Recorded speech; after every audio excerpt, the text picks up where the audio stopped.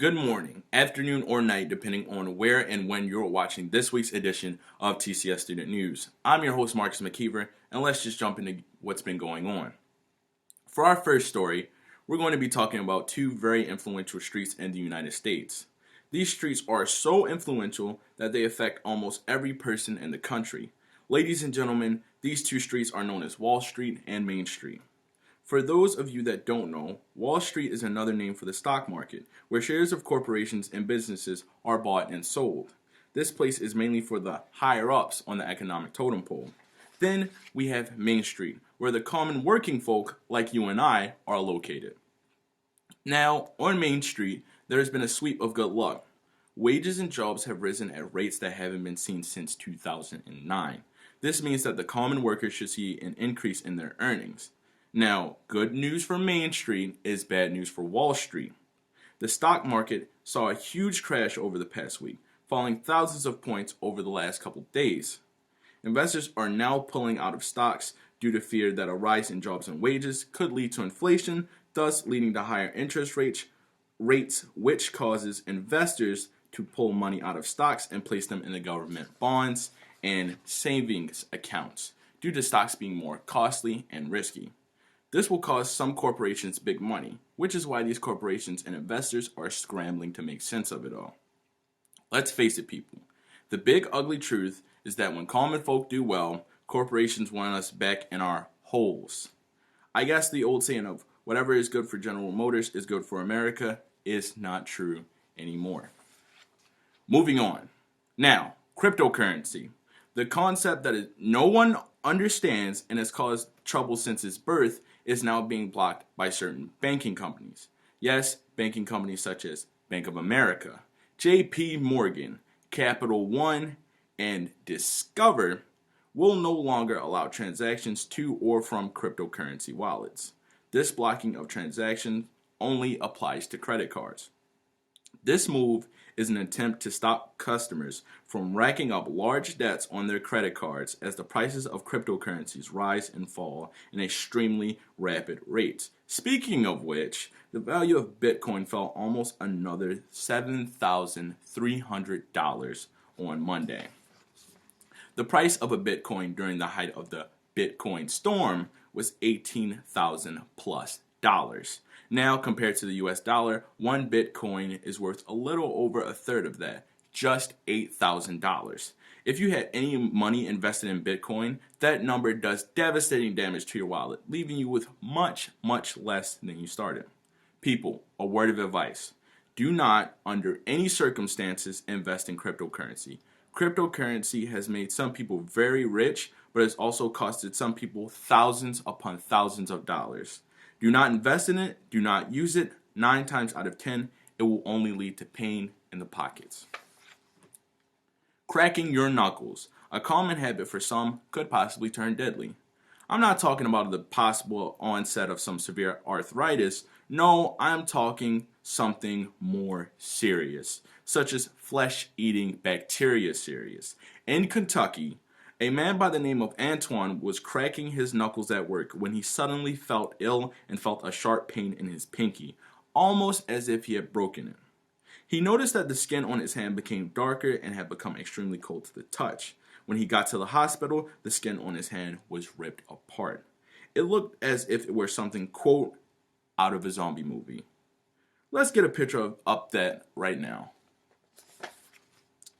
We've done you the courtesy of blurring out the photo of his arm, but it is eaten through so much of his skin and muscle tissue, you can clearly see the bone. Doctors believe that the bacteria had entered through a cut on his hand that he had reopened when he cracked his knuckles. This infection is called necrotizing fasciitis and can be caused by any bacteria entering the skin and having a weakened immune system. Thankfully, the infection did not spread throughout his body, and he only lost 2 fingers. People, be wary. If you have a cut on your hand and you crack your knuckles, it may be your last time doing so. Now, for the part you've all been waiting for, let's see what's been going on here at the community school. Now, I've got 3 facts for you all watching at this moment. Fact 1, lunches are not guaranteed at TCS. Fact 2, All lunches are donated by people associated with the school. Fact 3. All the food donated to TCS tastes wonderful, and this week was no disappointment. This week's donators for lunches are Miss Carol, Miss Peg, Miss Sarah, and Miss Gail. Thank you 5 so much for donating your time, money, and care to make and bring us these lunches. We are forever thankful. On Tuesday, February 6th, a special program has returned to TCS. The Community School Initiative, or CSI for short, is a program led by students from Johns Hopkins University. This program brings in certain projects to enhance the learning experience in each of the 2 science classes, those being chemistry and earth science. Welcome back, members of CSI. We really appreciate you being here. Now, as you may or may not know, Mr. Thomas Collada does a lot for the school.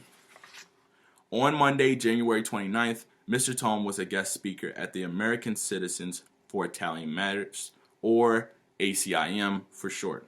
Of course, Mr. Tom talked about the school, and he also addressed problems in the Italian community. Through these talks to ACIM and other Italian American organizations, the school has gained large amounts of support over the years. We send a large thanks to not only Mr. Tom, but also to all of the organizations that love what the school has to offer and supports us in any way they can.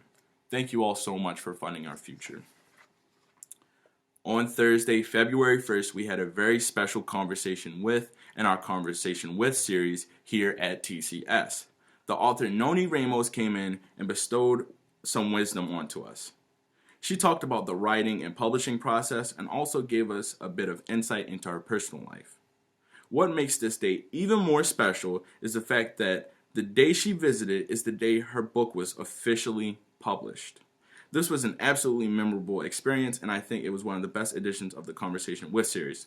Also, we extend a large thank you to Miss Martha Morani and the Ivy Bookshop for arranging this wonderful visit. Also, just a bit of the side note. The book she published is called The Disturbed Girls Dictionary. The whole class has been reading it and has absolutely loved it. I highly recommend this book. However, if you want...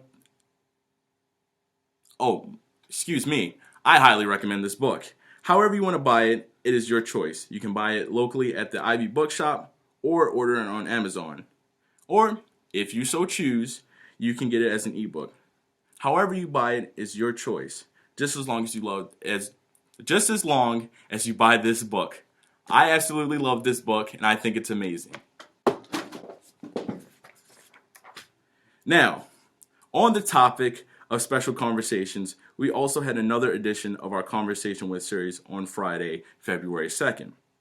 We had a conversation with Tommy Gibson. This talk is absolutely enlightening to the class, as Mr. Tommy Gibson talked about his struggles with blindness and the AIDS virus, which took his eyes from him in the first place, and almost took Mr. Tommy's life. Despite these hardships, he leads a successful life as a massage therapist. Thank you for coming in and sharing your wisdom, Mr. Tommy. We hope for your swift return. Friday, February 2nd, there was a very special celebration indeed. Someone very special had his very special day.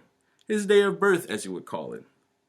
This very special day was for your beloved host, me. I am now 18, which means I am officially an adult. Happy birthday, me. Yes, there was cake and ice cream, but more importantly, there were sandwiches. Yes, absolutely wonderful sandwiches provided by Miss Ruth Schmidt. Miss Ruth, thank you so much for not only making my special day a lot better, but also for the lunch and your continued support of the school. For our last story, and believe me, this is a large one, the school's website has been redone. Yes, the old website that you were used to seeing is no more. We now have a newer and friendlier interface for your viewing pleasure. Not only is it great to look at, the functionality of this page is a lot better as well. It is now easier to donate to the school, which is done by clicking the donate button. Also, parents and sponsors, it is now possible to pay your child's tuition online. No more hassling with paper money, checks, or money orders. You can now even set tuition to be automatically taken from your account, so you don't have to constantly be reminded to pay every week. And look here, we've also redone our calendar. so you can know what's going on at TCS each day. That is, if you don't watch these broadcasts, please do check out the website for yourself. I promise you, you will not be disappointed. Well, that just wraps up this week's TCS News. Once again, my name is Marcus McKeever, and this is TCS Student News. We hope to see you again next week. Thank you for tuning in.